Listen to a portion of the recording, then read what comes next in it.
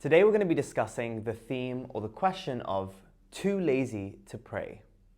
This is a statement that I hear a lot from my clients, from people on Instagram, Muslims telling me I'm too lazy to pray, I want to pray but I'm too lazy, I make my adhkar but I'm too lazy to pray. I've heard variations of this statement more times than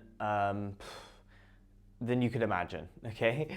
And I think there's a lot of reasons why people are making this statement, and we'll go into those. So in this video, we're going to talk about laziness and what it actually means, okay? We're going to talk about lazy-looking behavior. And even though things might look like they're motivated by laziness, what they actually might be motivated by, okay? So there's 3 things you need to know about being too lazy to pray. So let's go to our first point, laziness. The first thing I want to say about laziness is a perception, okay?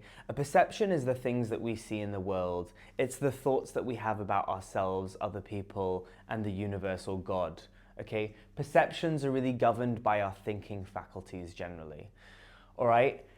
One thing to note about perceptions is that they're not always rooted in a strong sense of reality. As human beings, we cannot grasp the totality of reality, and we often don't see things that we haven't been trained to see or oriented to see, okay? And this is an important point, and I'll tell you why in a little bit.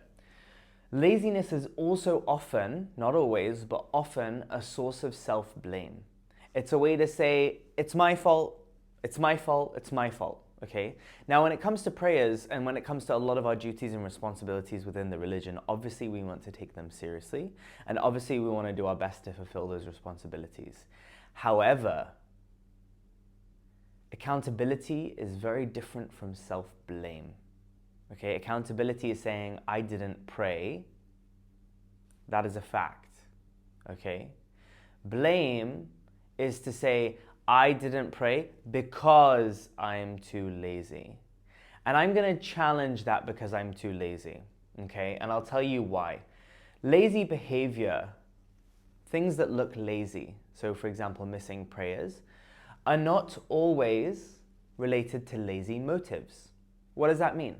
That means that the majority of people that I speak to, both clinically and on Instagram, in my DMs, actually want to pray. They see the importance of praying. They really want to make it to the mat. And they're actually usually doing a lot of other types of religious activities or religious obligations. For example, often I see that people do a lot of adhkar even though they're struggling to pray. Okay? They're being good to their families even though they struggle to pray. They're giving charity even though they struggle to pray. So to say that they're lazy because they're not showing up on the mat is not a completely true statement about what's going on, okay? They're not showing up on the mat to pray 5 times a day. That is a fact. It may vary, give or take, depending on the individual. But the fact that they're lazy by motive is not an argument that we can make for most of the people that I speak to, okay? What's usually going on is something much, much deeper, especially for people who are consistently missing their prayers. Things that I've listed here, which I'm going to be talking about. Lazy behavior, so not praying consistently, could be a result of a number of and a combination of these things. Perfectionism, obsessive compulsive disorder, depression, anxiety, grief, trauma. And these are things that take time to work through, okay? Especially in the current time that we're in, where there's a lot going on in the world. There's a lot of helplessness and a lot of powerlessness, and there's a lot of anger and there's a lot of fear. It makes sense that events like this would exacerbate some of these problems, okay? Now, I'm not saying that it's okay to miss prayers, but what I'm saying is if we want to solve the problem, we need to understand what's really going on. For example, in the case of perfectionism, what I often see with people who say they're too lazy to pray is that they do so many things, but with prayer, they feel like they need to be the perfect Muslim in order to pray. Like, for example, if they're a woman and they're not wearing the hijab, they say, oh, but I'm not wearing the hijab outside of my prayer, I'm not a perfect Muslim, I'm not doing da-da-da-da, therefore I can't pray 5 times a day. Or I feel guilty or I feel bad when I pray 5 times a day, okay? So they need everything to be perfect, okay? Other people might say, oh, I'm not good to my family, therefore I'm not going to pray 5 times a day. They're waiting to be the perfect Muslim in order to pray. That is a form of perfectionism. Perfectionism is a way to gain some sense of control over a situation that you feel powerless in. So if you don't know the real reason why you're not praying and you haven't been able to solve the problem, which is most people who fall into this category, it makes sense that you would turn to perfectionism, because perfectionism says, okay, well, I need to do this and this and this and this and this before I can do the prayer, right? So now when you don't pray, you can blame yourself. And when we blame ourselves, ironically, as human beings, we feel like we still have some level of control. We would rather blame ourselves than be powerless and not knowing what's going on. So perfectionism is one of the things that can really manifest as laziness, okay? And I'll talk about that in a separate video. OCD is another one, obsessive compulsive disorder. I know some people that don't pray because when they make wudu, and obsessions and compulsions are not just related to cleanliness, but I'm giving this example because it's the one that I see the most, okay? When they make wudu, they lose count of whether they're doing it correctly, and then they go back and they start again, and they go back and they start again, and they go back and they start again.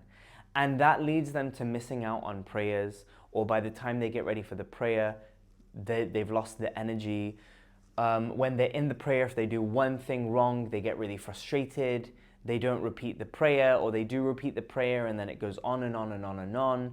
So obsessive compulsive disorder can also make praying really difficult and then look like laziness in the long term. Because if you're struggling with perfectionism or OCD consistently, praying becomes exhausting, right? It's a beautiful tool, but when we get wrapped up in these deep psychological issues, prayer actually becomes really unsafe and really, really difficult to do, okay? And then in the long term, it looks like you're just being lazy, and that's what you end up telling yourself. Another thing that can get in the way of praying and look like laziness is depression. When we become super hopeless and we feel super helpless and we withdraw from the world and we stop moving and we really preserve our energy, prayer becomes really difficult, right? It becomes difficult because in Islam, prayer requires you to move. And in depression, what you want to do is stop moving, and you want to stop connecting to people, to yourself, to God, okay? Anxiety. Anxiety is connected a bit to OCD and perfectionism. It can look a little bit the same. It could be a combination of both, but with anxiety, the prayer doesn't feel safe. So when you go to pray, you might have kind of like panic, a bit of panic inside of you. When you were praying, when you were younger, you may have been punished for things that you've done. Like, for example, I had a person that came to me and said, I really want to pray, but every time I pray, I just feel so much anxiety and I feel so much dread, because they used to get punished consistently for not praying properly as like a 5-year-old child, okay? So anxiety can look like laziness in the long term. Grief, okay? Grief is the inability, or when we're, it's not the inability, sorry. Grief is the ability to let go of things, okay? That's ultimately what grieving is. When we grieve something, we let go of it. We say, you know what? Things couldn't have been any different in this situation. But oftentimes what happens with more complex forms of grief is we struggle to let go. So for example, what I see with people who struggle to pray who have grieving issues is they may have lost a loved one, or they may have lost multiple loved ones. And what that does is that traumatizes them a little bit every time. They weren't prepared for the death was sudden, there was a few deaths in a row. Then they're wondering, God, how could you have taken all these people away from me in such a short span of time? And then that becomes a traumatic moment or traumatic series of moments for them. Now, I'm not saying in religion we don't have tools to cope with this, but what I'm saying is this is a place where some people also get stuck. And so they find it difficult to pray on the mat after a series of traumatic events, because they don't feel like God has looked out for them. Now, whether that's true or not is another question, and that's something we deal with in the therapy room. But I'm just saying that's one of the reasons people might not be showing up, and you might look like you're too lazy to pray. And then the last one is trauma, okay? And trauma kind of relates to some of the stuff I was just talking about in grief.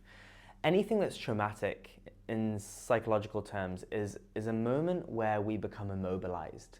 A moment where we're faced with a distressing event that feels life-threatening, okay? And it also removes, or it looks like all of our power and our ability to do something about the situation has been removed. So if you think about where if anything in your life has happened, right, and you've been completely stripped of the ability to act, you feel like no matter what action you take, you end up in the same situation, that is what trauma looks like. It's a sense of trappedness and a sense of stuckness, okay? Now, people can have trauma for a number of different reasons. It could be related to religion, it could not be related to religion, but either way, it could still be playing out on the prayer mat. So what I encourage you to do moving forward, and sorry, before I actually forget, the reason that we often tend to self-blame is because in situations where we don't have the ability to do anything, the only thing we do have is the ability to blame ourselves. And so when I go back to the perfectionism point of earlier, self-blame gives us that illusory sense of self-control, okay? Now, there could be more reasons. I've just highlighted kind of 6 big things that could be getting in the way, okay? Personality disorders, there could be lots of other things, but that's kind of well beyond the scope of this video. If you are too lazy to pray, quote unquote, I would encourage you to re-examine that narrative and to see whether more is going on. Because if more is going on and you're just allowing yourself to blame yourself, it's not helping you. The self-blame is not helping you pray if you're watching this video. So think about what else might be going on, and then if there are other things going on, how might you address those? Maybe is it time for you to see a therapist? Is it time for you to consult a professional? Is it time for you to find ways to deal with these things? If you have any questions, you can let me know in the comment section below. You can also send me a DM on Instagram or by email. You can contact me. I'll leave all the information in the description box below.